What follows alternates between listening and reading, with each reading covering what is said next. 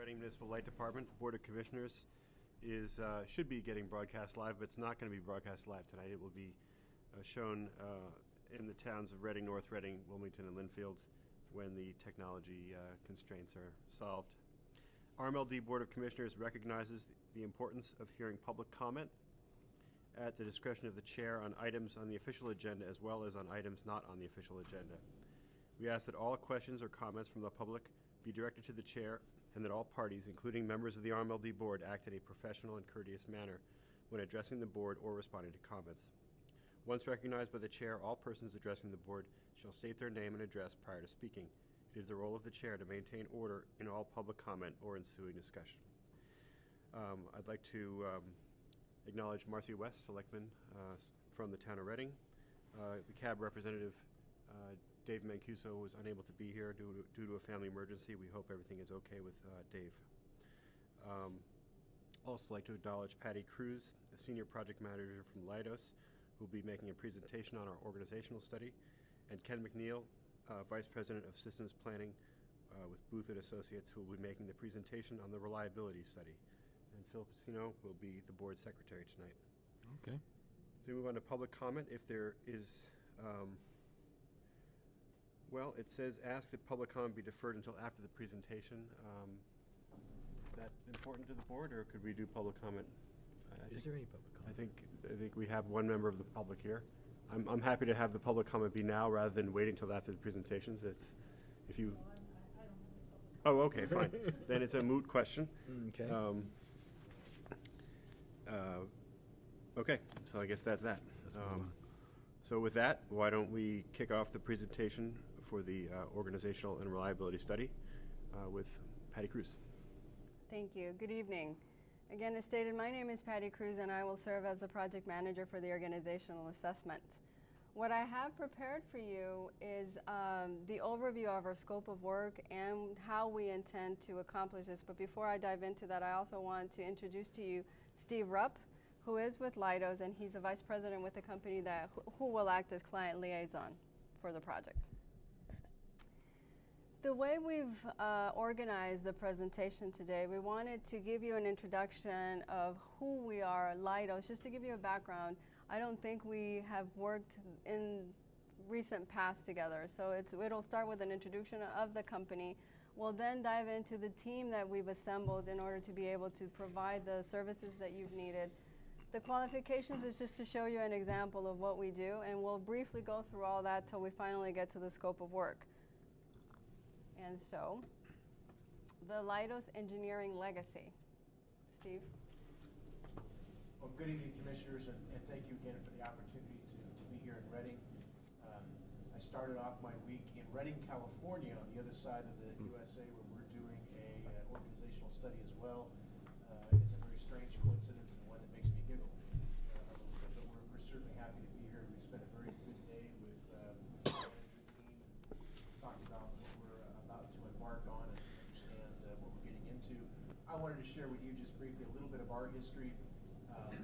Leidos is a fairly new company. We were founded 1 year ago, but how we got there is built on a long legacy of engineering and consulting in public power.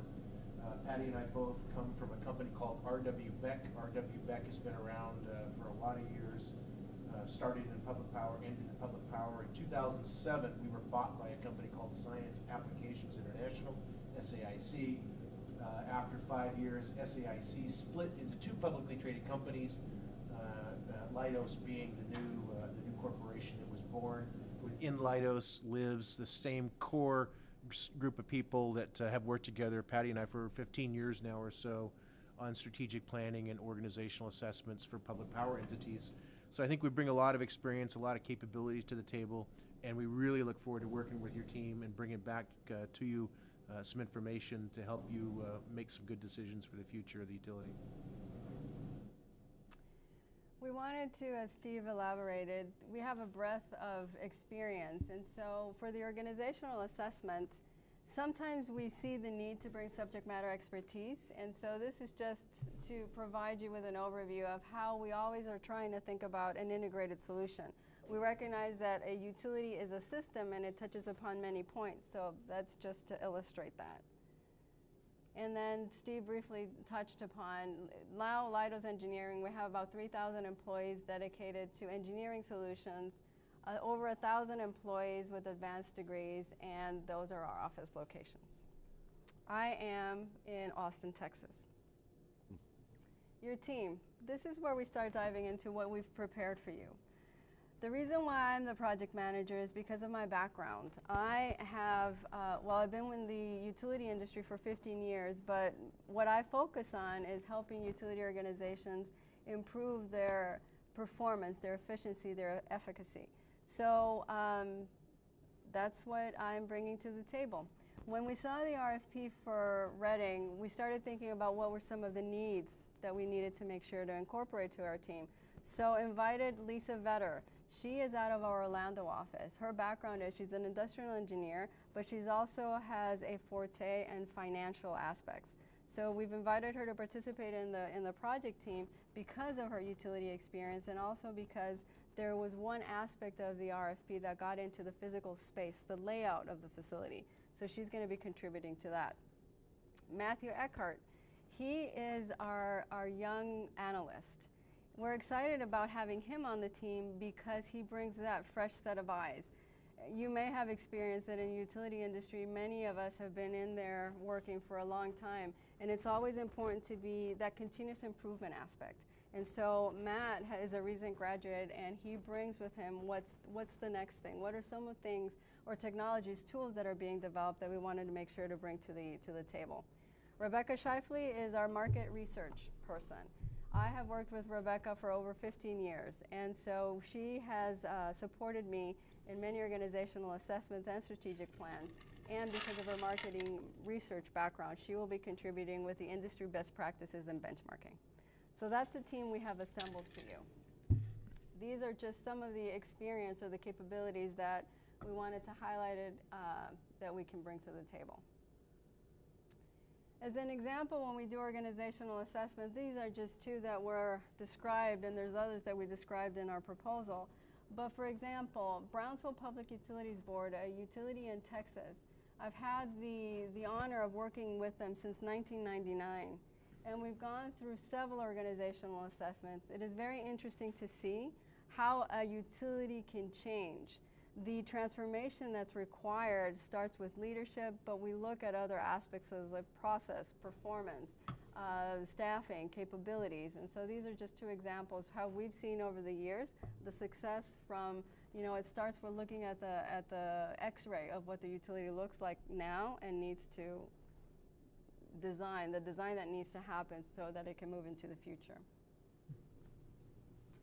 And so now let's dive into what we have as our approach. As I mentioned, the first thing that we understand is that you have to look at the organization as a system. Because in many occasions what we've seen is that if the left hand doesn't know what the right hand is doing, the performance and the productivity definitely gets impacted. So one of the things that we start with is, what is your strategic destination? Do you have a strategic plan? What is the utility that you're trying to create, and how far along are you with that vision?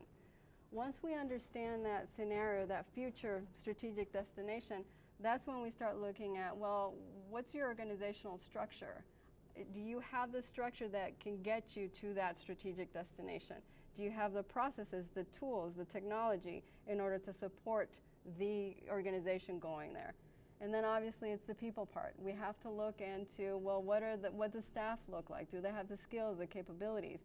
You probably have heard that in the utility industry, the workforce is aging. There's significant retirements, and well, how are you going to keep that know-how, and how are you going to make sure that those key positions are taken care of so that if somebody were to retire tomorrow, you don't lose all that and you're able to continue functioning?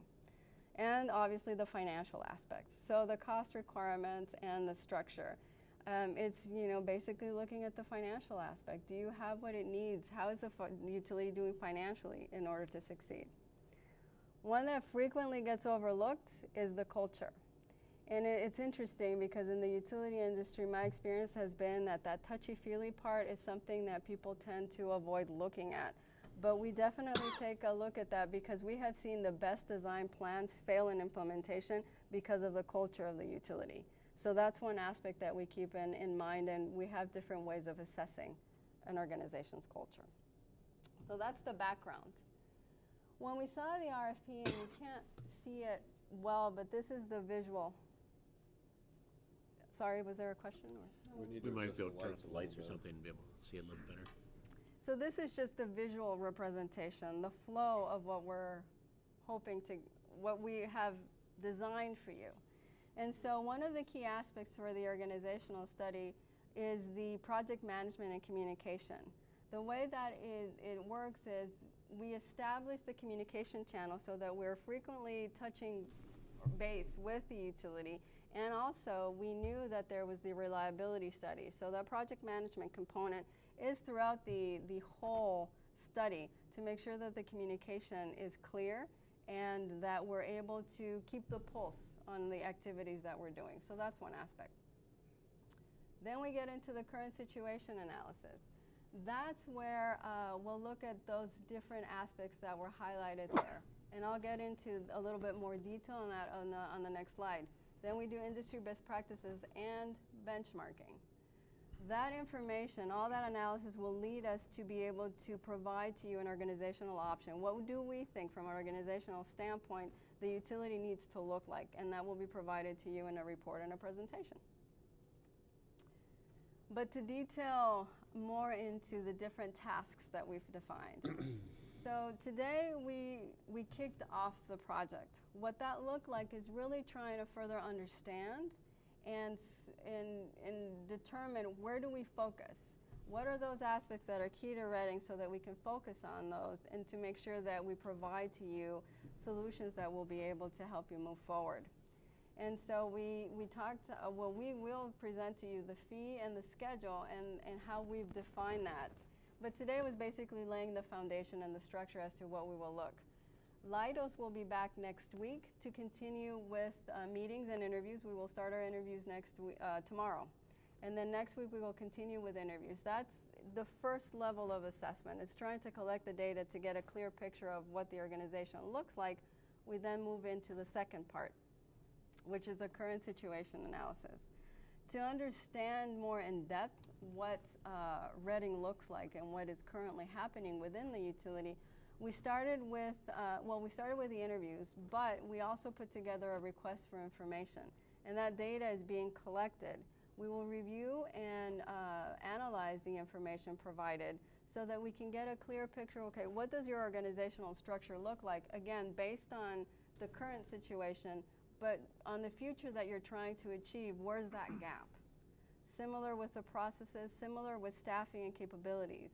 We are frequently seeing in the utility industry that it's not just human resources anymore. It's a whole talent management approach, which gets into succession planning, which gets into career development. What do you need to have in place so that you have the skills and capabilities necessary to run the utility and get it into the future?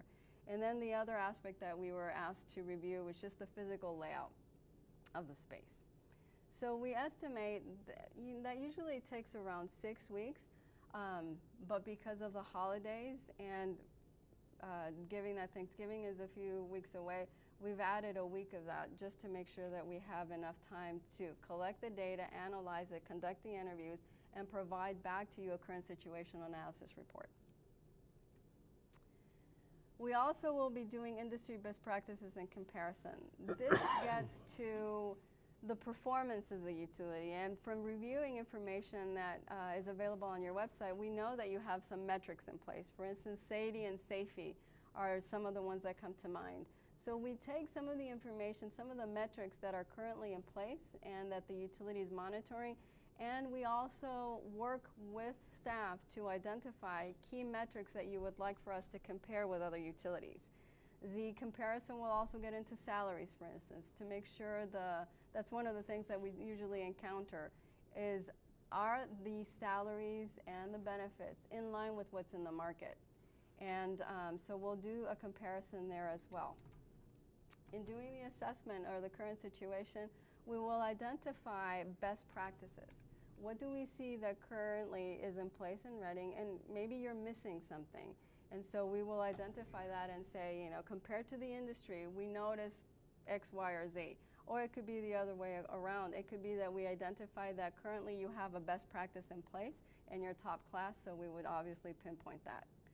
As a result of the industry best practices and benchmarking, you will also get a report. We today, and it started the conversation about, well, if you wanted to compare yourself against other utilities, who would that be? And so we will identify the parameters to be compared on the list of utilities. And our market research specialist defines and designs the survey instrument and carries that through, connecting and contacting other utilities. All the information gets boiled down to findings and recommendations, which are targeted and will be focused on the areas that we've mentioned. So we will look at the organizational structure. We will look at key business processes and making sure, as an example, sometimes we walk into a utility and immediately what we recognize that they're silos, that the different functional areas of the utility are not talking to each other. So what business processes are there in place to support that? Or even within a functional area, what do you have in place and what could be done? And as I've addressed staffing, we'll get into, do you have the adequate staffing and skills and capabilities to move you into the future and the best practices?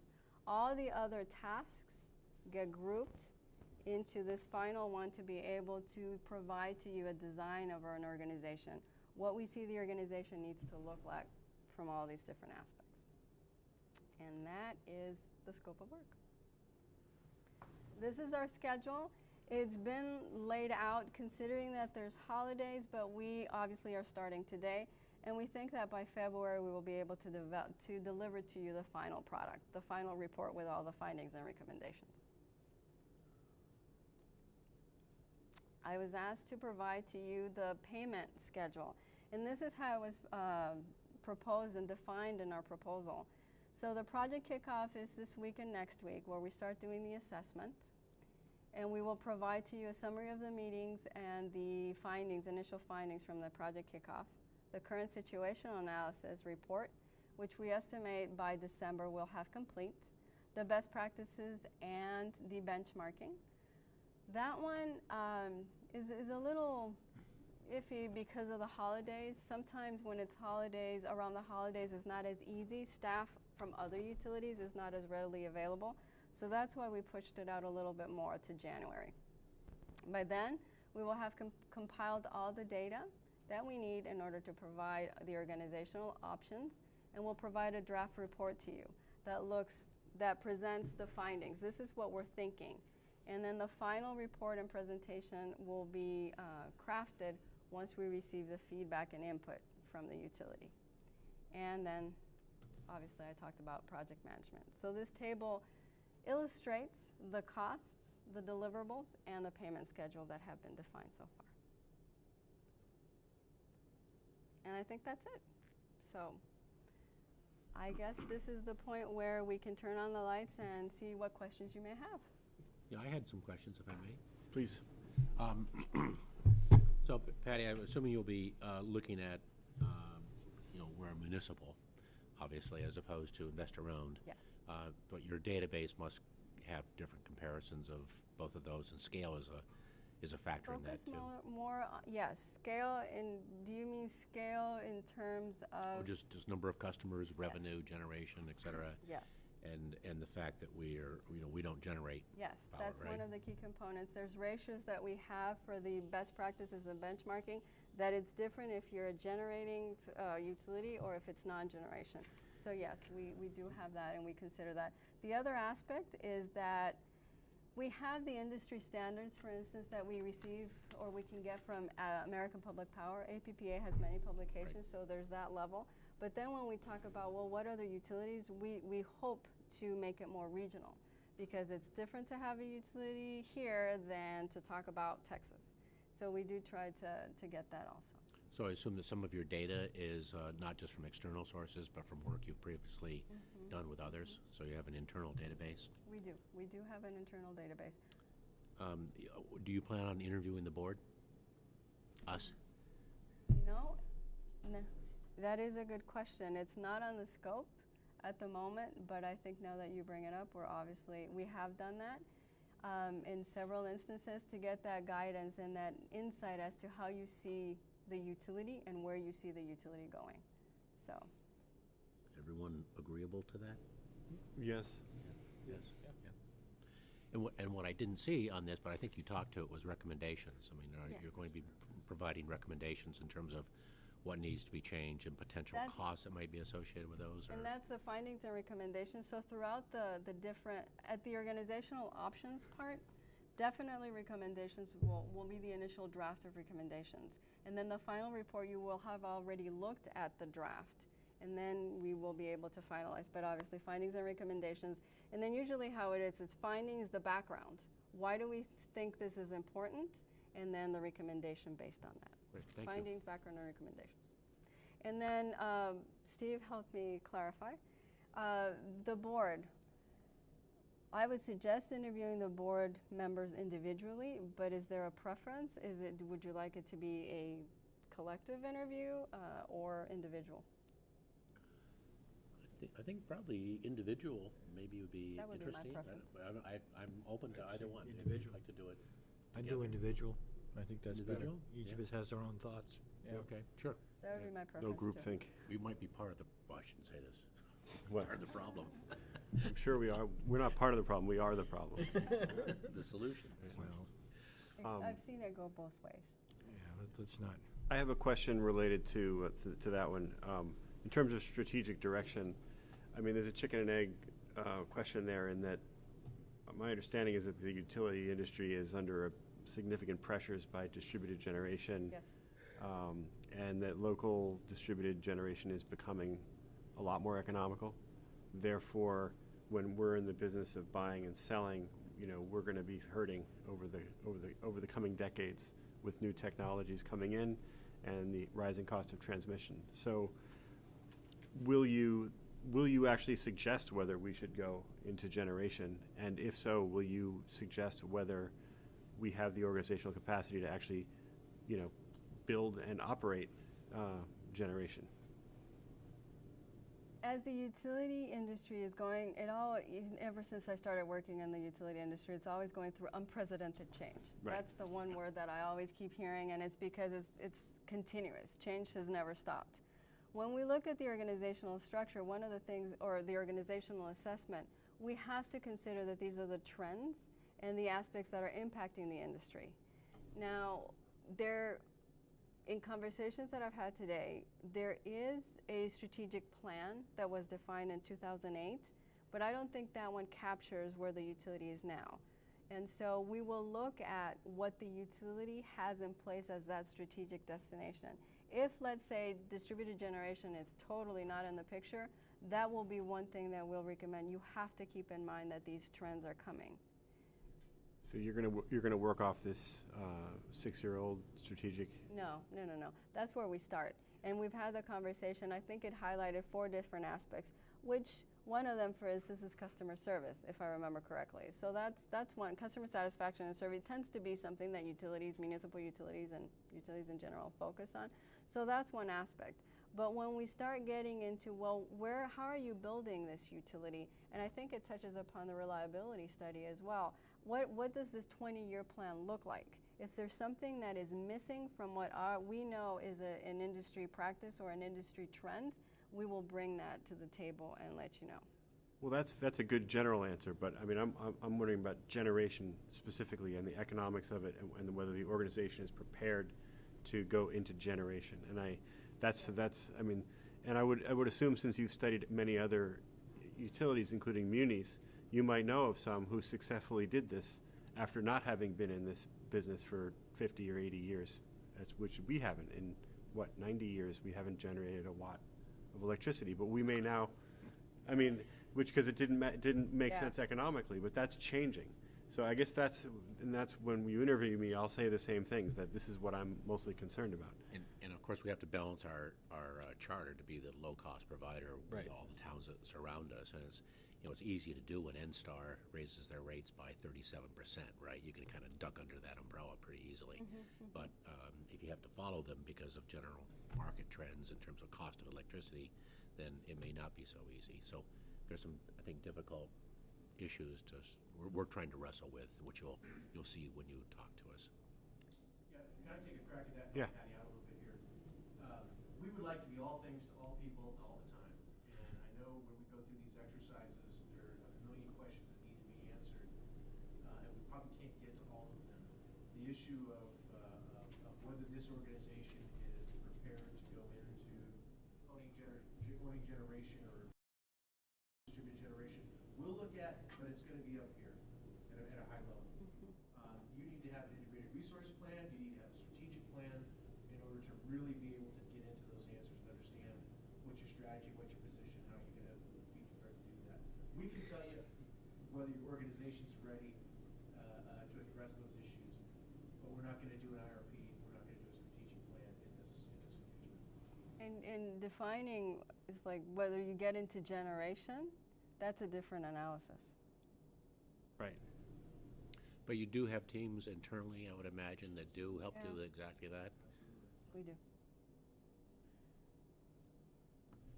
Please. So a couple of questions. So on the benchmarking, I'm just sort of trying to visualize. So is it a combination of quantitative and qualitative reporting? So let's say on the benchmark with respect to some metrics that you have in your database, is it kind of industry average, best in class? Does it cut that way, and then RMLD positioned along that? Yes.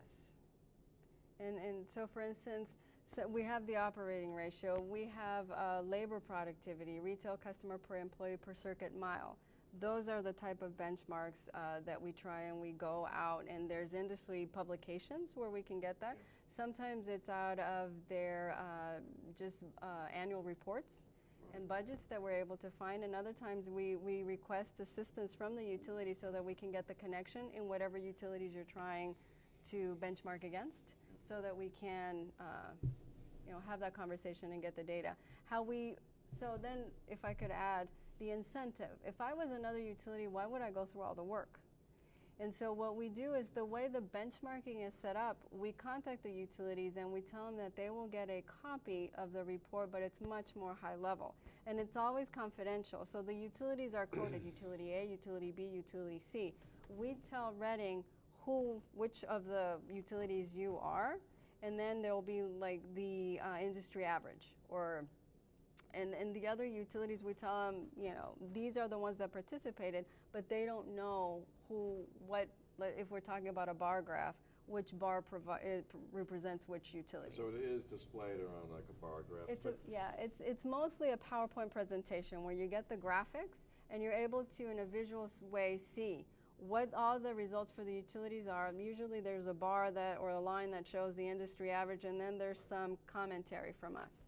But it sounds like you actually go out and do real-time benchmarking as opposed to draw into your database. Is that right? We do that, and it depends on what we're going to benchmark. What are the parameters that are of interest to Reading? And so if we have it pretty significant in our database, then we always tend to go back into our database. One of the things that impacts that availability of data is also the region. If for the Northeast, do we have what you need? And if not, we do have to go back and call and get those contacts. And you've done some groundwork, so if we look at RMLD and what you know about it, what's the universe of utilities likely to be numbers-wise? Is it 15 or 50, or I'm just trying to get a sense of... For the benchmarking? Yeah.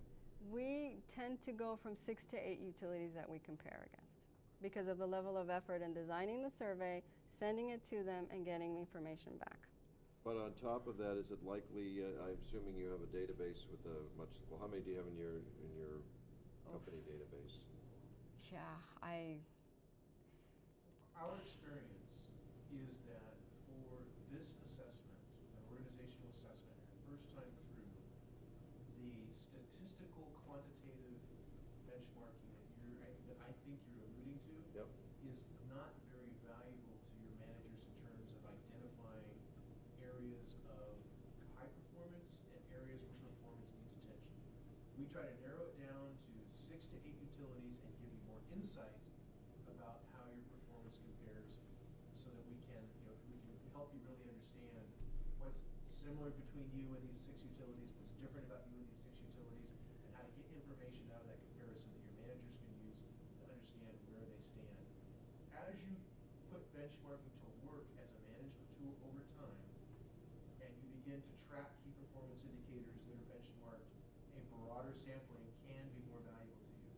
We wouldn't recommend that at this outset, and that's not how we propose to do the work. Yeah, it just strikes me as being kind of a small universe of companies to look at, but. You do get the benefit of a larger sampling out of the American Public Power Association indices that we do include in the benchmark. Okay. So you do get a taste of a broader sampling. Yep.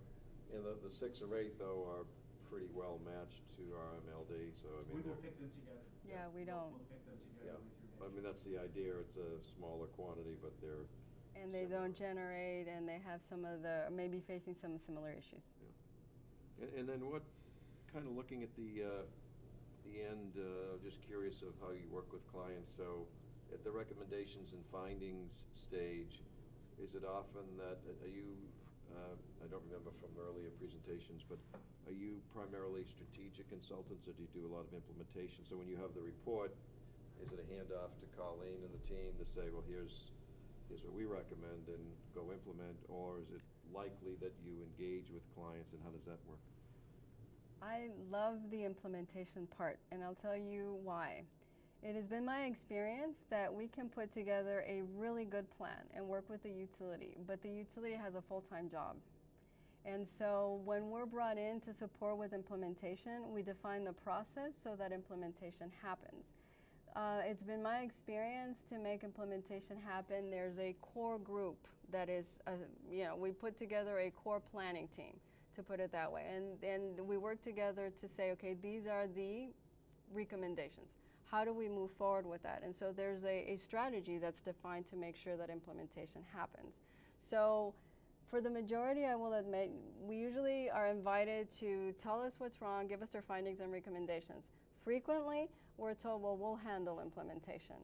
And it's less of the time when the utility invites us back to make sure that we get it implemented, but it does happen.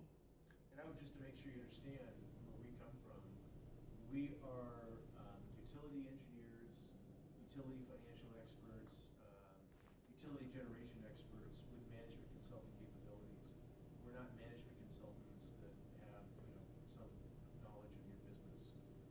Our subject matter experts have worked for utilities, have been in the business for a long time, so we kind of come at it thinking the way the utility does, and really try to affect positive change through actionable recommendations. I liked your thoughts about the physical space. I know our general manager has commented that we're far flung in it, and that's, I know from my own office where I work, it's kind of an issue, physical layout and how teams work or don't interact. So that's really interesting that you're going to include that. So. We were talking about that. It's been my experience that the organizational structure, but also the physical structure, determines behavior. Yeah. And so many times it's like, well, if my team, whoever I'm working with, is too far away, it starts impacting communications. And nowadays we have a lot of virtual, so email and chats and all that, but it does impact. So we will be taking a look at that. Maybe we can move town hall into the RMLD headquarters. Just an idea. I guess just to follow up on my comment, so will you do implement? Do you ever experiment with gain sharing concepts, or so from a company utilities point of view, they may be interested in getting help implementing, because it's always hard to run the railroad and then still lay new tracks. So, but companies sometimes want more of a guarantee that if we bring in the experts, that we will get some defined return on investment. So it's kind of like a gain sharing concept. Do you do that, or what confidence can you give the utility if you decide to implement that they will in fact realize some level of improvement or performance? I haven't done the gain sharing. Have you? No, I mean, it just doesn't I happen in haven't. our industry. I've been in 30 years, and the idea of public-private partnerships work in some models. I've certainly never seen it applied in the context of organizational improvement. And the challenge is that,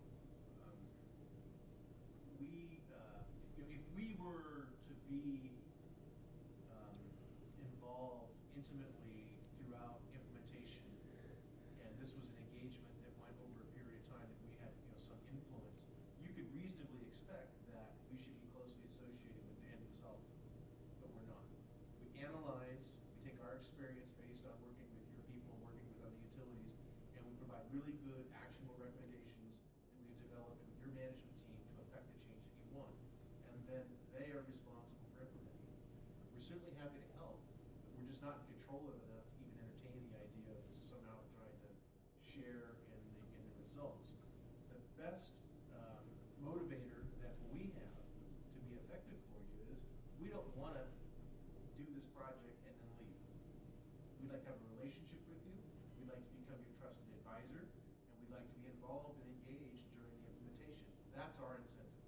And to do a good job, maintain our reputation, and have you think of us first when it comes to getting help for your utility. And that's very, very strong juju for us. Just one last comment. So I assume, Colleen, do we have access to the presentation? Particularly, I don't know if you received it or someone at RMLD, just so we will, in terms of the implementation schedule and the fees. So. There is no, oh, I can put it back. Yeah. There is no implementation schedule. Oh. This is just and I know it's so small, but it highlights what the different tasks are: project kickoff, current situational analysis, industry best practices, defining the organizational options, and then presenting to you the findings and recommendations. So there is no implementation there. And then that is the table that illustrates the cost for each task. Yeah, I shouldn't have said implement. When I said implementation, I meant more of the. Oh, to conduct the study. Yeah, it's tiny. Oh. Copy the slides. Okay. Yeah. Great. Copy the Thank slides. you.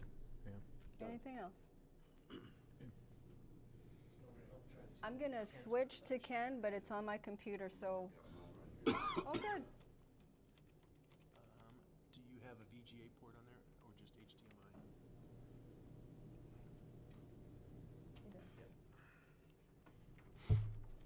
Awesome. Do you have a Dell? Do you need cord? Okay, we're good. I'll get that later.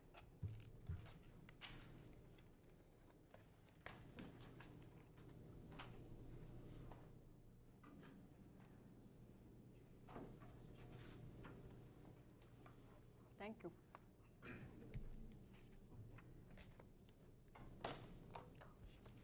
Pen, you need to have this too.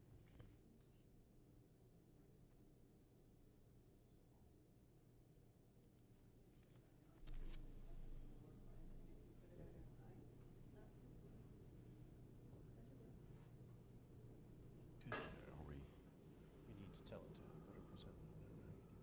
well, this is a PDF file. We should have a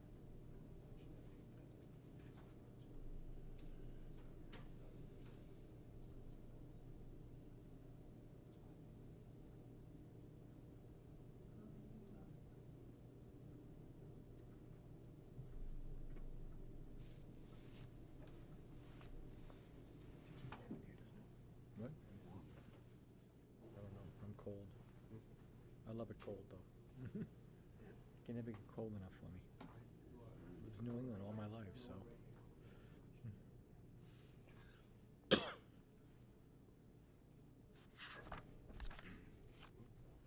First, my name is Ken McNeil. I'm with Booth & Associates. I want to apologize for my voice. I have developed a little bit of laryngitis over the past couple of days. So excuse me. Yes, I'm with Booth & Associates, and we're charged in doing the electrical system reliability report. Just a quick background, we have been in business since 1960. The majority of our client base are rural electric cooperatives and municipal electric systems. So we have a lot of experience working with and familiarity with the municipal light departments. Again, we're licensed in 34 states, and Massachusetts being included in that. On our project approach for the reliability study, one of the most important functions is going to be the completing the condition assessment. And we have divided the system analysis into 4 components, one being substation, the distribution transmission system, system planning, and strategic and financial services. Each member of the team has in excess of 20 years of experience in the utility industry. So we did target these condition assessments, to have experts in the field, on site here. Our substation group will be coming up. We have one gentleman coming up for an entire week. And in our transmission distribution, we plan on having two distribution engineers up for a week's duration also. This week, I have been up for the past couple of days gathering data and speaking with staff. And Terry Berge from Strategic Financial Services has a long history that from the financial aspect of the system analysis, he will be conducting that end of things. Again, with this condition assessment, we'll be compiling a lot of system data, system operations, interviewing management and staff, discussing how, getting a real familiarity of how the system is being operated right now, so that we can go back and part of, as I go through the scope of services, part of it is gaining where you are now and benchmarking that against industry standards that are outlined in your various governing agencies. We'll be reviewing maintenance programs, comparing those to the maintenance schedules that are outlined in IEEE standards, ANSI standards.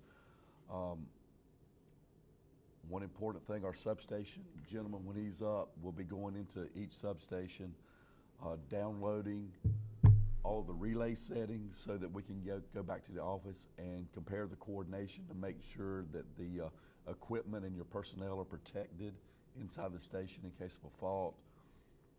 We'll be evaluating system losses. Excuse me. The technical and operations organization, this will be an overlap with the LADOS in that we will review from the engineering perspective the adequacy of staff, the qualifications that are required to implement some of the recommendations, and make sure that information is transferred over to LADOS to be included in their organizational study also. We will be evaluating the reliability indices over the past 5 years to see how they compare to utilities in the area, utilities of the same size. And in that, as part of our analysis of the system, any project system upgrades that would be prominent as far as improving reliability or maintaining current levels of reliability. One important process will be to review your safety practices and programs, and that will, as our substation group are up on site, we'll be talking about your particular safety programs and practices as they relate to your substations. Also, the T&D group will review the same programs and practices as they relate to your transmission distribution system. And again, they will be benchmarked against current standards,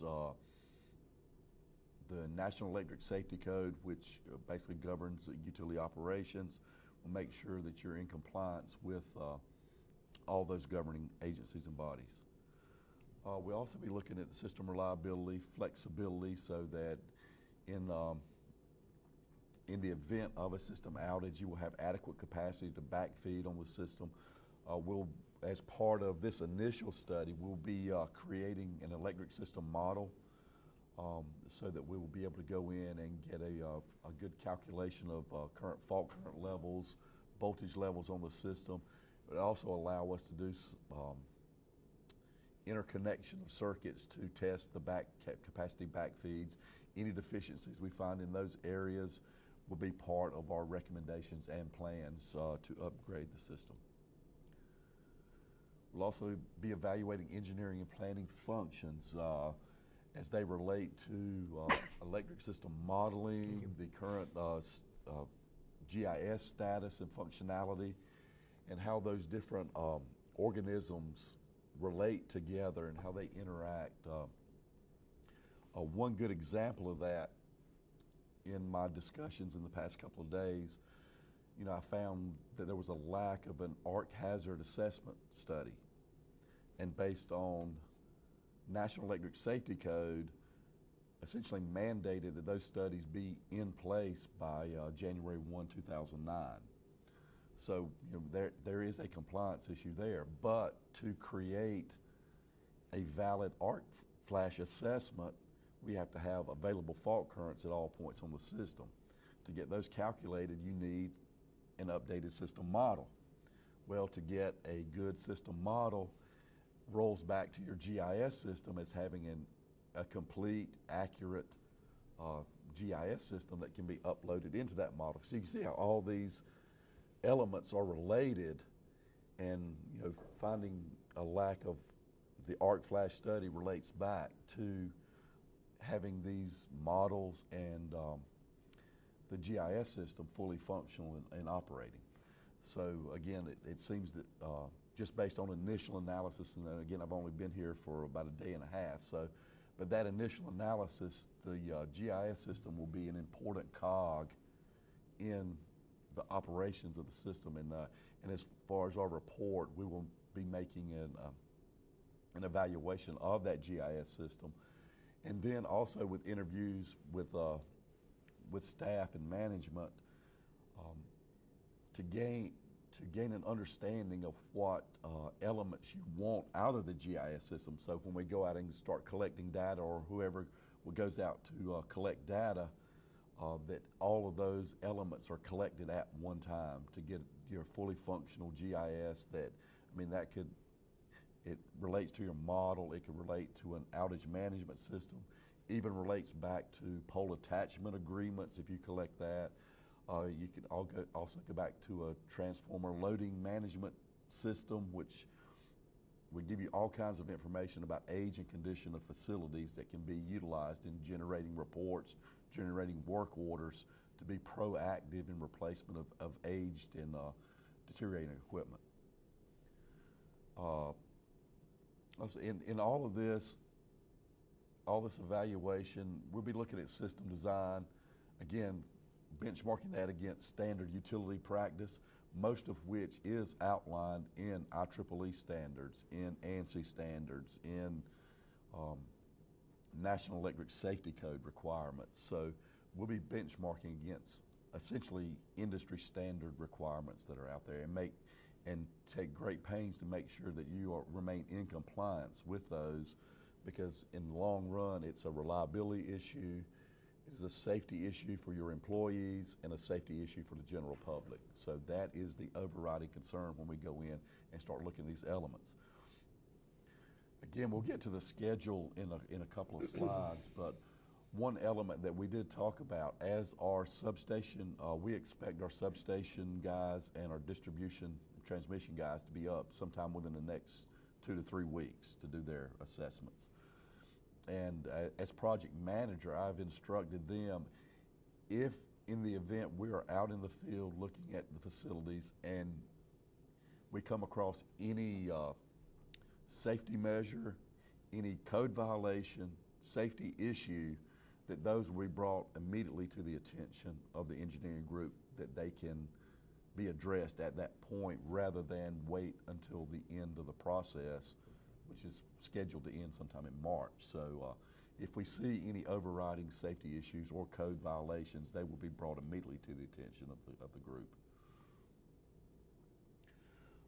As part of the defined scope that was outlined in the request for proposals, we'll also be looking at your existing fiber loop, its adequacy for existing communications, its adequacy for expanded communications, and as part of the RFP, it also asks us to look at any additional features that we could take advantage of, either an expansion of the loop or any other opportunities that are out there to take advantage of that. So those will be examined and included in our study. We're also asked to look at the historical infrastructure investments over the past few years and determine, again, benchmarking against other utilities of this size, looking at your total plan investment that is out in the field to ensure that your levels of historical investment have been adequate for systems of this size.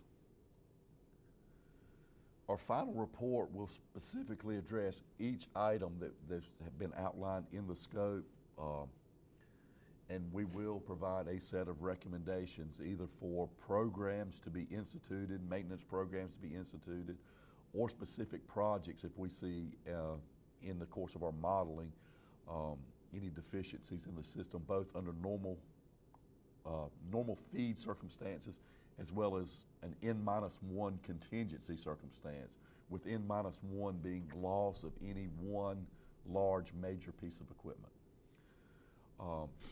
As part of that, we will establish a priority, establish a timeline, because some of these programs may be implemented over a 5-year window, 10-year window, even up to a 15 to 20-year window.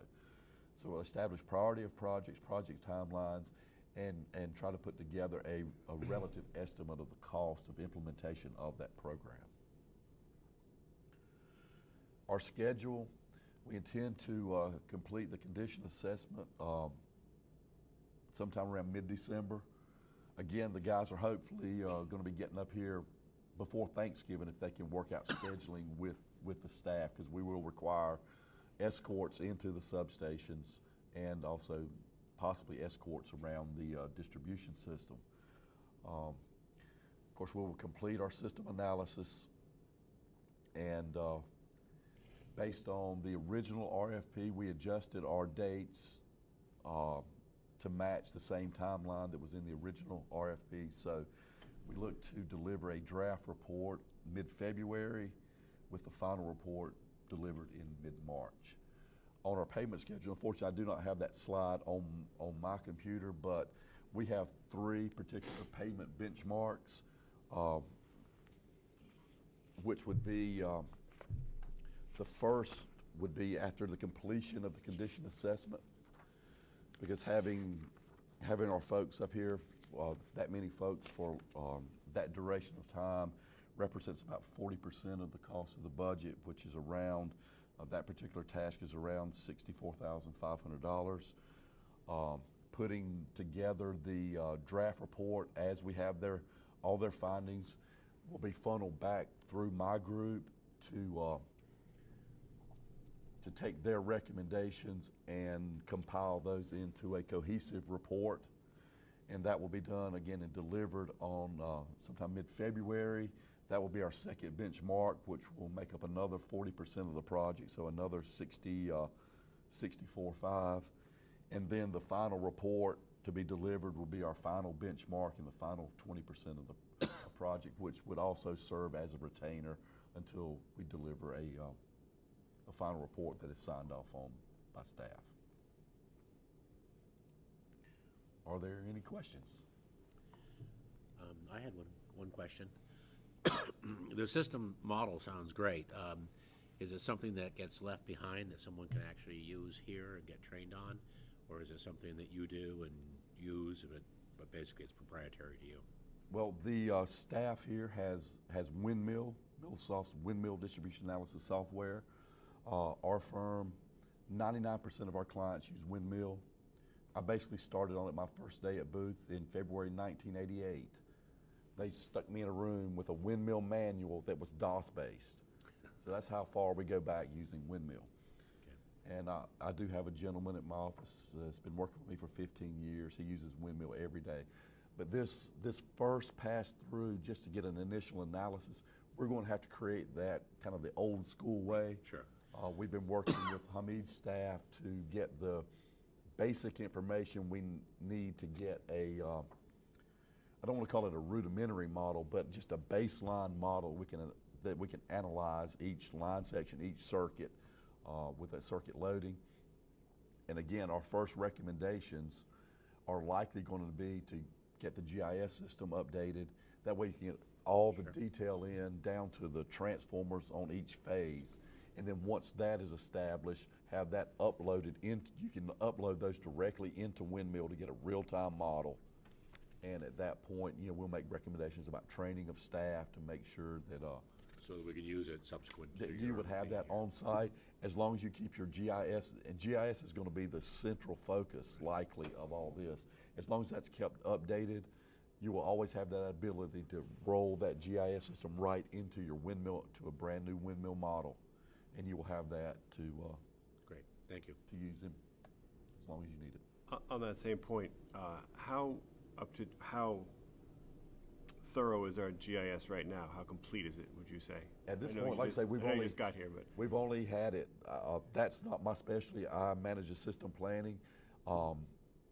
We did prepare a data request several weeks ago, and as part of that data request, we requested the GIS shape files that you have right now, and the distribution guys have already uploaded that and are going through that right now. So when they come up, they will have an idea of exactly where it stands at this point, and be able to make some type of recommendations after they discuss it with your staff on whether to recommend an update to the existing system, or whether it would be just start back, get all your data fields that you want to collect, and go out and do a wholesale collection of data so that you have 100% confidence in the data that is.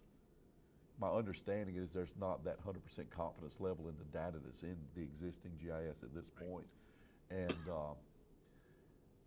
it'll just be a determination whether that can be effectively updated to get you to that 100% confidence level, or whether it'd be better just to start at point one and gather all the fields of data you want to collect while you're out there. Because my understanding is, you know, you may not have collected pole attachments.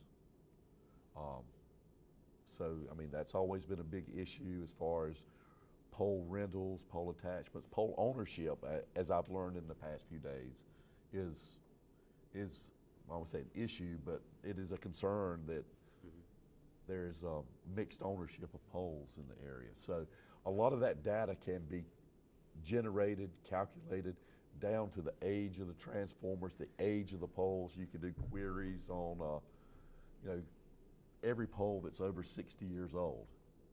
So you can go out and test those, see if they're in need for replacement or pose a safety issue, that type of thing. so at a high level, this sort of data has not been collected and double-checked at the department in the past. Is that a fair statement? I mean, it's a fair statement? It's a fair statement that we're probably going to have to start from scratch. Okay.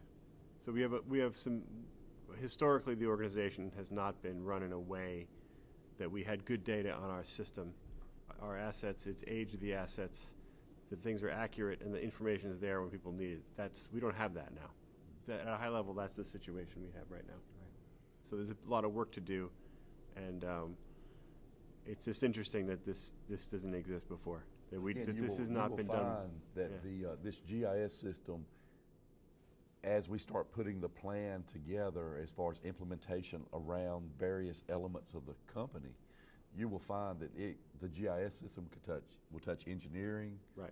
It'll likely touch your financials, because if you've got a good record of your facilities with age and depreciation, to get accurate plant values of your system, maintenance schedules. Those Totally type of get things. why it's important. I'm just trying to get a sense of how bad is it now, I mean, it'd be interesting as you go forward. We'd love to hear from you about, maybe it isn't that bad, but it sounds like it is bad right now, and it's been derelict for a number of years, if not decades, here. But there's lots of information missing in our GIS database. Right. The transformer information, the phasing, the size of the wires, which basically he needs for modeling the system, as well as the age of the equipment, some, and plus the attachment, what's really up there. We need to do a complete survey, pole by pole, entire system, to capture exactly what we have for the current situation for modeling. I mean, it's so obvious that this is foundational to what this department is supposed to be doing, and how we can run better and save money and avoid problems. So I can just say for myself that happy that we have some professional eyes on this problem from a number of directions at this moment, and that it's going to be going forward. We're going to have a really locked down understanding of our system. So very glad that this is underway. Well, again, I don't want to make rash statements as I've Well, only been here for 2 days, but I know, again, but I think- that's one of those things yeah. that will be the crux. And I think it's going to be very important to have meetings internally, again, to see what areas what data could be effective for different areas of the company, so that when, say it is an initial data collection from the start, that when whoever is out in the field collecting this data has every piece of information, every field, every attribute that you want to fill is collected at that time. Right. For Now- efficiency purposes. No, I have no, listen, on another topic, I don't have any big expectations in this next area. It's a bit of a hobby horse of mine, but my hope is that in the next several years, we can start to look at the fiber question and a possible revenue monetization opportunities done in a careful way. And I know this is a little bit to the side of what your main focus is. You did mention it. Does Booth have experience in actual business models in this area, or at least saying, here's your capacity and here's what other munis have done? We have an extensive amount of experience installing fiber and designing fiber loops Right. in the state of Maryland. We do, in our financial services group, that's one thing that they will bring to the table, is any opportunities that they're aware of, any programs, because we do have clients that do have fiber loops, and he can bring that to the table, some of the options that they have explored. But some what are you things- talking about when you say options? Or, I mean, are you talking for about ex- data services, yeah, like for going expanding- outside of the electric business and doing a different business? Right, they have some experience in those areas. We can, in our report, we'll say, this may be an area you want to explore, this may be an area you want to stay away from, Right. because in our experience, they have never either panned out or worked at that Well, it point. depends. I mean, Yeah. there's a number in Massachusetts that have worked, and it's all a question of doing it in a very targeted, careful way, and not doing So anything again, rash. it'll be Yeah. more of a That's fine. Yeah. 10,000-foot look. Yeah. But the primary focus is going to be having the adequate I understand. capacity to bring back the data. I mean, I think the data piece, forget about monetization, the data piece is only going to be more important. And I know Colleen has mentioned this in the past, regardless of any notions of going into the data business, is that houses could be, you could have intelligent meters on every house, and down the road that you have a fine-grained demand response that goes maybe even beyond what we're envisioning today, down decades in the future. And it would be good to know that we have enough capacity to handle any type of scenario for grid management down the road. And part of our charge has been to put together essentially a roadmap, a long-range roadmap that goes out 20 years in 5-year increments. So, down the road, we may have some of those things in the plan for future considerations. Right. And, some of these programs will be long-term implementation. I mean, you got people buying these Nest thermostats now under the Christmas tree, for their families, and that they didn't have internet-controlled stuff before, but now, hundreds or thousands of customers may have these kinds of gadgets that they're buying themselves, and it's just something that we ought to be aware. Maybe your fresh college grad understands this better than I do, but I mean, it is the future to have this kind of data-driven and optimization, and it would be great to know that we have the ability to do that. Just had a question. So I think certainly the board appreciates the work that's going to be done from both groups. I just had a kind of a implementation or logistics question. So these kinds of initiatives typically can be a little invasive because you have interviews and you need staff to go in and out of the organization with you.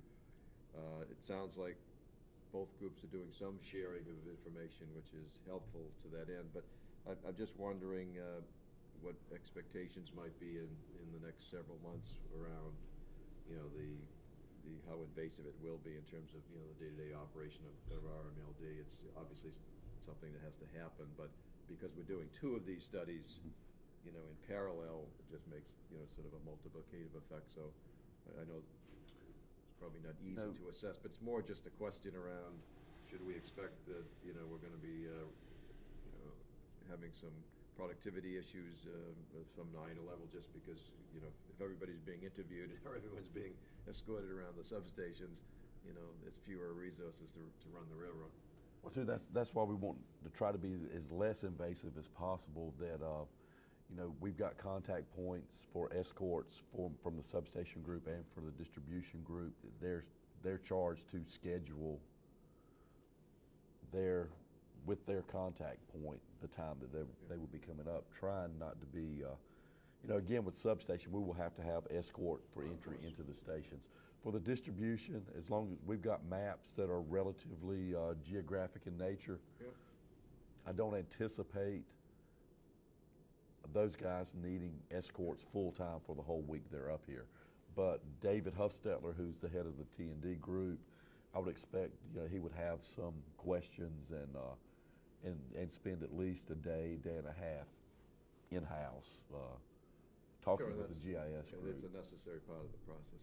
And how about from Lido's point of view? I was thinking about your question, and we have identified people that we want to interview. So there's a list of staff that we want to interview. Then touch points with staff, then it comes, you know, if we need additional information.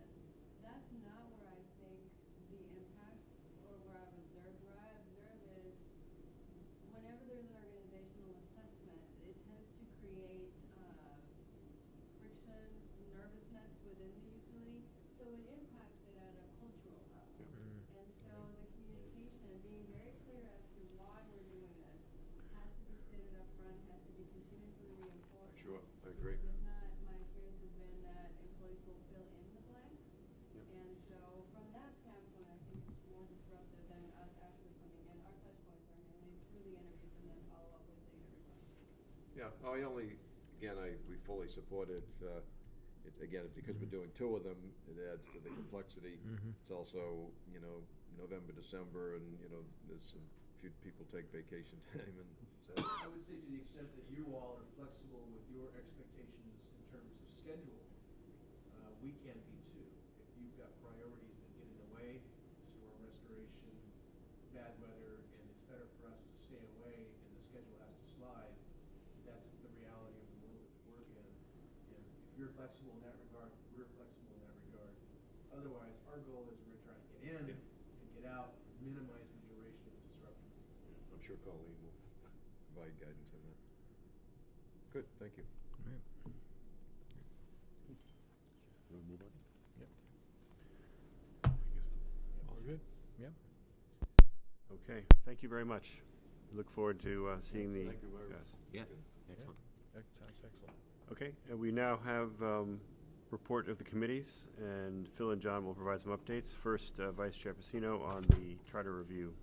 Okay, the Charter Review Committee is pretty much winding down at this point. There have been some changes. One of the things that unfortunately happened is that the wrong thing got up on the website. It has been corrected. I don't know if it's been corrected, but the changes that you've seen in the past basically deleted the paragraph that basically was covered by state law, and the paragraph in the paragraph that we defined calling the manager's terms and of employment. Those are the only changes that have been made at this point. There are other changes that the RMLD legal counsel suggested. We have a contrary opinion from the town of Reading legal counsel, which I have shared with Dave and Colleen, and apparently I've asked that it be reviewed by the RMLD counsel. I don't know what the status of that is at this point. One of the things that maybe we need to do is at some point, you know, I know maybe we're going to talk on later on about maybe the selectmen in this group meeting, and maybe this should be one of the discussions in order to see if there's some sort of middle ground between the two legal counsels on this, because there's some conflict between the two legal counsels as to what can be done and what can't be done at this point. So, Well, I think a joint meeting would be a great idea yeah, on any number of topics. right. So, Phil, as it stands now, do we have, so it's being reviewed by councils, but we have an up-to-date, here's what we believe to be the the changes, but are there more changes contemplated? There, at this point in time, there are no more changes contemplated to the, anything that affects the RMLD at this point from the meeting that took place this past Monday. And our timetable is such that this is looking to go to a town meeting in January. And so we're not meeting this coming week because of the Reading Town meeting. The next meeting is scheduled really for the 24th of November, at which point that we're going to try to write the background material and decide who's going to say what at town meeting in some of those areas, and then probably have a cleanup in a couple of meetings in December at that point. Can you circulate for us, because I know there has been some different versions, I just want to make sure we... Right, yeah, Yeah. we're more than happy to. Yeah. I don't know if it's the corrected version. What happened is, quite truthfully, is that the changes were made when Laura Jemmy was overseeing the committee, and Bob Lelashure got the wrong information from Laura. From what my understanding of what happened is on that. So. But each of the respective councils are looking at the same piece of information. Well, that's the question. I mean, I shared our legal opinion with the Town of Reading Legal Counsel, and they came up with a different interpretation, which I've passed along to the department. The department has passed it along to legal counsel at this point. And we'll have to see where we go at this point. But again, it would be very helpful if we had a meeting, between this committee and the selectmen to work out some of the disconnects that have kind of gone on recently. Mm-hmm. Is there a next step to that? Do we need to? I'll send we have RCOS, do you want to, how should we go forward? Maybe we could have a joint meeting, the RMLB and the Board of Selectmen. Is that I would suggest that you work through Bob? Yeah, okay, fine. and get a joint meeting set up. Does that sound like a good idea to you? Okay.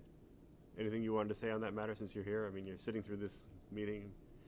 We'd love to hear from you or get your input. I'm the liaison for the Board of Selectmen. Okay.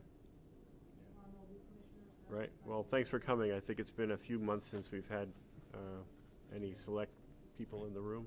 I may be wrong, but so it's not always possible. I've had right. multiple conflicts with the zoning. No, it's fine. I mean, we're all busy, so I think more communication is better than less.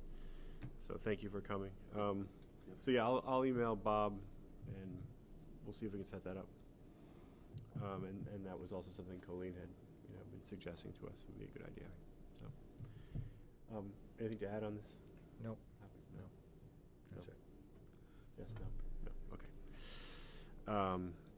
And then we have an update from Commissioner Stempek on the General Manager Review Committee, Subcommittee. We met shortly before this meeting. Yes, we met a little bit earlier before this meeting, and the intent of the meeting was to review the criteria which we have historically, I say historically, at least going back a few years, evaluated the performance of the general manager of the RMLD. And some of the material or the criteria was either out of date, inappropriate, or needed to be changed. So what we have done within the committee is make recommendations to the full committee, to the full board, which we will incorporate into the new document. And the recommendation is that we, once we receive that each one of the commissioners then fill out, evaluate it, and at our next meeting we will tally the results and make a recommendation relative to the general manager compensation. We are a bit out of date with that. I've mentioned that before, that this should have been done in July 15th for contractual issues. So we're pretty far down the road, so anything that we would do would be basically retroactive back to the contract date. I might mention that we did look at a number of things that were accomplished in the year and a quarter or so far, and when you begin adding up the cost savings that were associated with many of the things were addressed, cost savings both for this year and over the next couple of years, it tends to add up to approximately in the $300,000+ category, which is quite interesting in terms of the level of change that needed to be incurred, that needed to happen, and a significant amount of that being just even on the legal front. And so I think it's just reflective of the job that has been performed so far. So, in any event, our recommendation is that we incorporate the changes. We come to the next meeting, and we use that as a basis for then making a recommendation for compensation. Thank you.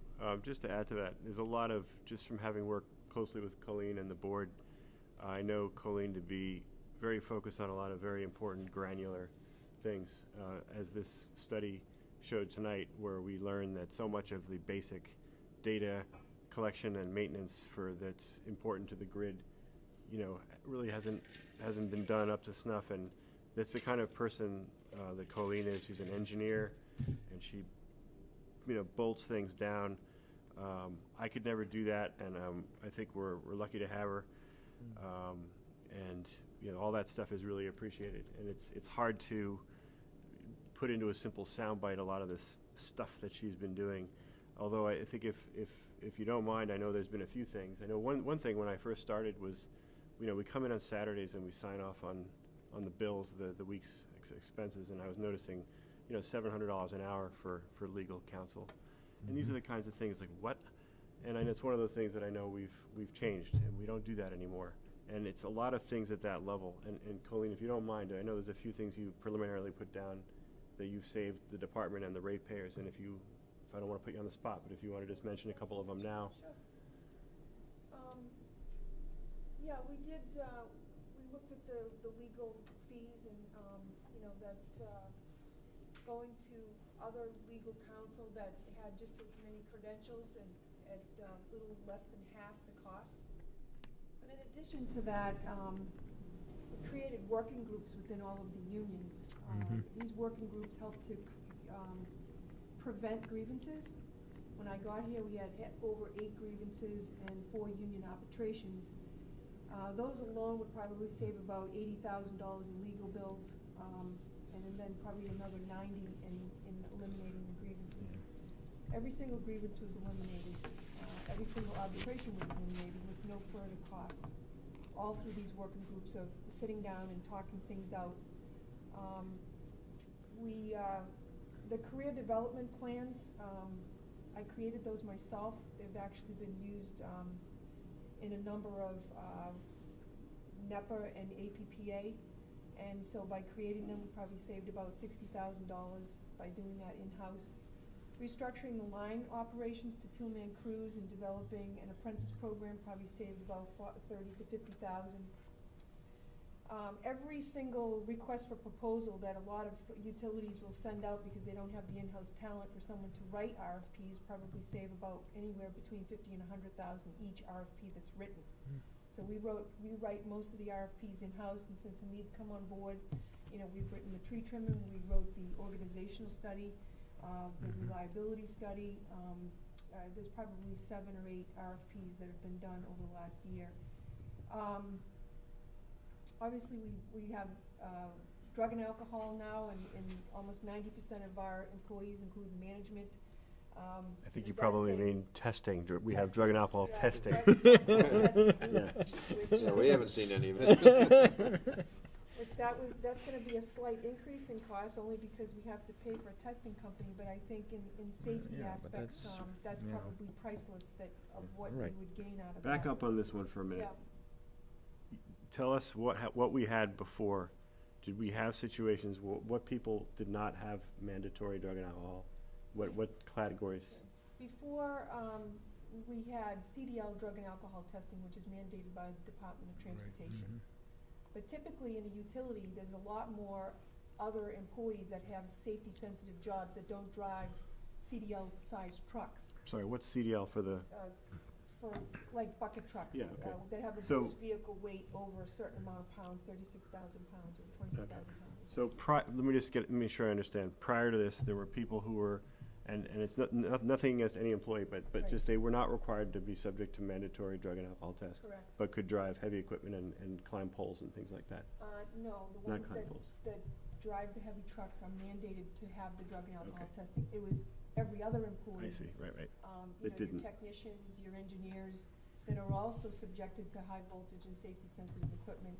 that are not subjected to random drug testing and alcohol. And now? And now we have a majority of people that are in. We have one small little group that's left, and that again was also done under the working group discussions. Mhm. And then, I mean, as a member of the board, I'd like to thank you and also thank the employees for making those changes. You know, it's just really important, and again, it goes back to the granular, good management practice that we have so that these changes have been made, and it's better for everybody involved, and it's to your credit, it's to the employees' credit, and just a thank you from the board, you know, to all of you well, it for helps those me kinds of sleep things. better at night, because when I I mean- first came and it wasn't implemented, which is typical for utility, it concerned me. Right. So it was a priority. But just a couple more: system integration roadmap, linking the GIS with the outage management so that we developed a roadmap. Ken will be doing another roadmap so that we can compare, where Hamid and I are looking at things so that we have a nice independent review on that. It was probably about $50,000. Master site facilities plan, RFP development, probably about $5,000 on that one. It's just the preliminary one. Creating the new technical services group. Since we didn't have any maintenance here, we developed a preventative maintenance program. We'd probably pay a couple $100,000 to do that. Hamid and I put together that program, and then we developed the team of existing employees and developed a journeyman program. They're now in training, so that each of the substations will have the appropriate testing and maintenance done in a 3-year cyclic plan, which is typical for utility. A lot of these things that, you know, we know to do. I mean, Hamid and I have done organizational reliability studies in the past. The point of having the consultant is that we have roadmaps and what needs to be done, and then you get that independent review. But there were certain things that, from a safety aspect or from a core business like maintenance, that we had to put into place immediately. That was a lot of culture changes, and with these working groups, Right. we were able to get through it. Was Commissioner Stempek's estimate of $300,000 in financial savings, is that about roughly accurate, would you say? Actually, it was a little bit more. The $300,000 was just the maintenance program alone, but, So- 6 more times, yes. Well, that's It fine. was a lot of money. I mean, and there's no question that earlier this spring, there's one that got by us, you know, at a middle management layer. We all know what happened. We've fixed that procurement issue. The sale of the 3 trucks, again, following the old policy, handled at middle layers according, you know, almost to the book, did result in a sale that was probably several thousand less than it should be. I think we all acknowledge that. We've done everything we can to fix it. Well, I should put that down for a $5,000 bonus, not bonus, but we made $5,000, because when I got the truck back, some of them were fixed. Oh, right, so. I'll add that. I mean, yeah, so, I mean, you know, mistakes are gonna happen, and when they do, you know, what counts is you knuckle down and fix it, and I think we did. It doesn't mean it didn't happen, but we fixed it, and the policy has been fixed after however many decades it was in place. And there will be surely other mistakes in the future. Hopefully not. I hope not. I mean, people are hope human, not. and I just hope that anybody who's on town meeting or on the selectmen or in town hall knows that, you know, we all want to work together and do a good job. Right. And hopefully we can meet with the selectmen. One of the things that I find interesting, and you know, being around a long time, maybe I'm in a rut from the past, but now that we're trying to move from reactionary to proactive, I think is a very good thing, you know, and I'm kind of excited about the direction we're now going at this point, so. Yep. You know, and being the old dinosaur here, you know. Well, I I would feel- certainly like to see if I could comment. I'd also like to think that we could become a role model for the rest of the community. I mean, in terms of being proactive and getting Right. these, you know, obviously there's not translation between polls and what happens in the school department, but there are things in terms of policy issues that we're dealing with and have dealt with that are replicatable, and I think if we address them, then others should be able to address them as well. I just want to say something quickly from what Patty said. Just so you know, I have had senior staff meetings, division staff meetings, Yeah. and a company-wide staff meeting to discuss the reliability study Right. and the organizational study, so that, you know, fear factors or whatever are put into the proper perspective.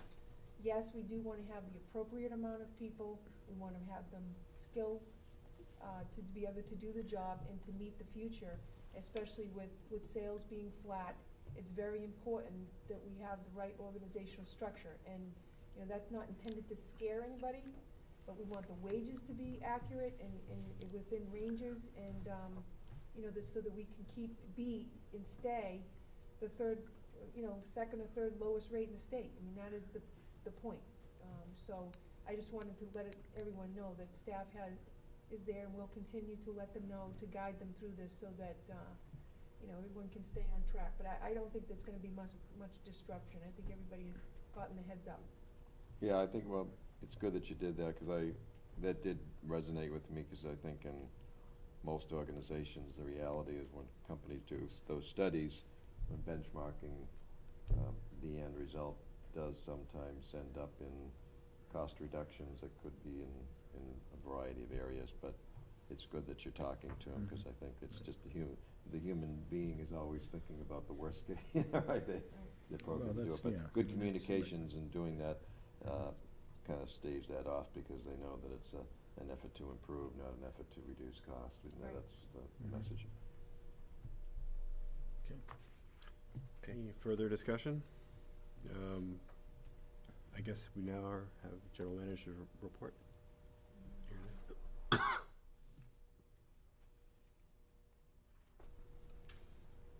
I wanted to just let everyone know that I sent, now is the time of year where a lot of the commercial and municipals will ask us for input for a budget for FY16. You know, because they're putting together their budgets. And we sat down with Integrated Resources, and we put together, we just made sure that the 6-year financial budget plan and the forecasted projections for power supply were in line. And we sent out an email to Bob LaChere, and I spoke to him again this morning in the staff meeting, about 3 to 5% increase in power supply. We're not at this time projecting any base rate increase for FY16. You should know, though, that this quarter we were down 3% in sales.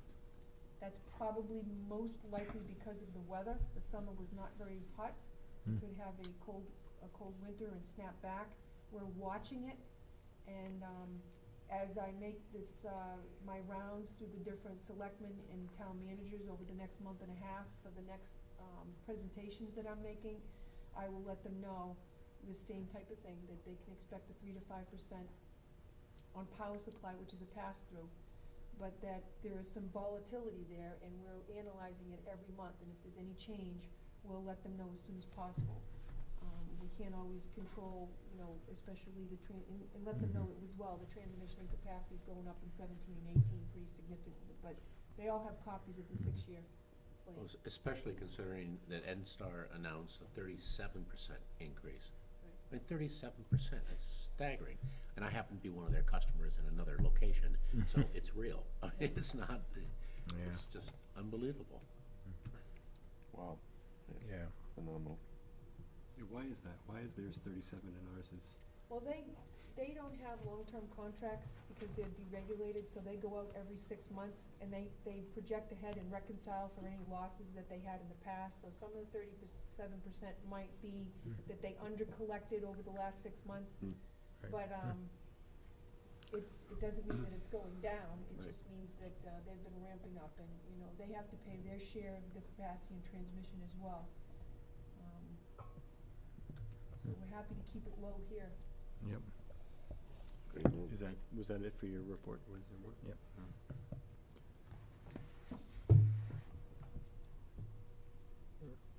That's it. All set? Yep. Good. Any further discussion? Do we know anything about the appointment of our 5th member? No, not yet. I have not contacted, or we have not contacted Town Hall we have to list it first, as I understand it. I mean, has it not been listed at this point? I mean, I don't believe it's been listed. okay, can we, I can talk to the town clerk and inquire. right, would you inquire I would on have that? thought that would have been an automatic thing. I thought it was. I know under the charter, there's certain time periods of which to do that, so I don't know what we need to do, and if the department will look into that first, please. Absolutely. 'Cause I'd like to we should get a 5th member. I believe we have some people who are interested, at least one I know of. Yeah. Thank you. Okay. Okay, so then our next meeting will be Wednesday, November 12th, and again Thursday, December 11th. Is that right? Yep. Can I try to firm up the January meeting? I know it's kind of far away, but we Yeah. probably, I'll give it, it's gonna be on the next agenda, but next Wednesday, January 29th, just let me know, because we have bids on that particular, Yeah. and we opened it back. Is it possible that we could set the meeting on a certain date each month?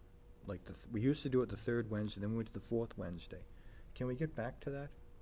Because we seem kind of I think we're on erratic. a with our- Thursday schedule. Well, it's the fourth Wednesday, Thursday, this, Yeah, in we are on November is Thursday. the Well, I understand that, I Do you mind understand coming in that, at but, Thanksgiving?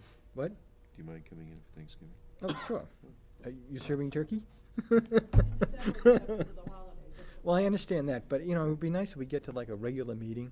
Well, the fourth, I feel like we're kind of mishmashed a little bit. I don't know if it's just my own personal feeling, but I feel like we're mishmashed in terms of setting the meeting dates. And maybe we should set, you know, pick a night.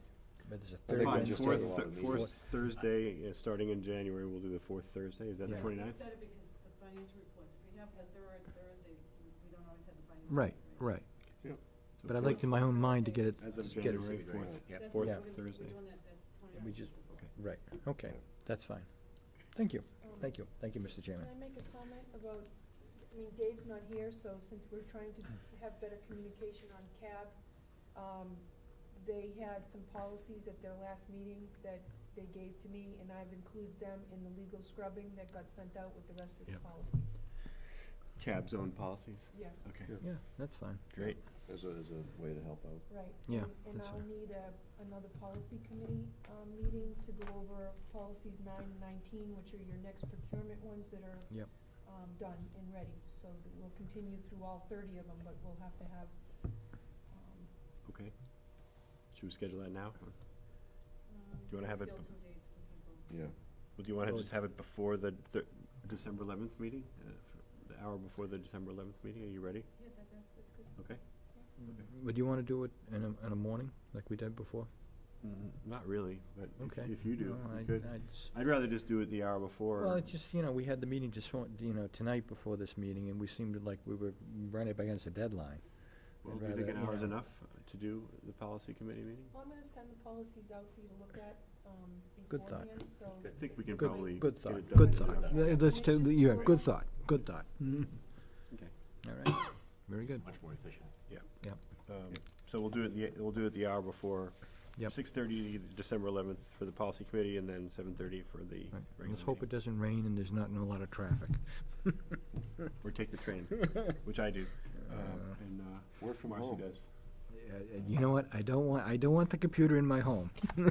I'll drive to my office. And there's a Citizens Advisory Board meeting November 19th, so, Wednesday. Who's covering that? Do we know? Do we have, Someone has to cover it. when is that? November? November 19th, so. I can cover that one. I think it's been a while since I've been there. Anyway, I think Tom got the last one. Yep. Yeah, so. Has North Reading appointed a new member? No. Okay. Okay, I think we are adjourned, or are we going, do we need to Do go we into need to, executive I don't think we session? need to, Do no, not? Okay. no, so I'll move, Mr. Chairman, to adjourn. Okay, Second? all in favor? That's 4-0, the meeting is adjourned. Thank you, everybody. All right. Thank you.